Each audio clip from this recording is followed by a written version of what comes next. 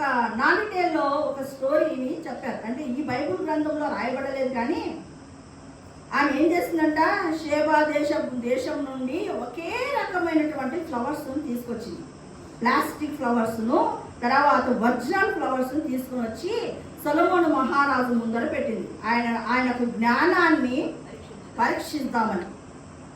చూడండి ఆమె ఏమనిందో తెలుసా, ఈ 2 పూలను నేను పెట్టాను, దీనిలో ఒరిజినల్ పూలు ఏంటో నువ్వు గుర్తించాలా అని సొలొమోను మహారాజును అడిగింది. చూడండి వెంటనే సొలొమోను మహారాజు ఏం చేశాడంటే అతండి ఆ పూలను దగ్గర కూడా తీసుకోలేదు. ఆ కిటికీ తెరిచి ఆ కిటికీ దగ్గర పెట్టమని చెప్పాడు. ఎక్కడ పెట్టమన్నాడు?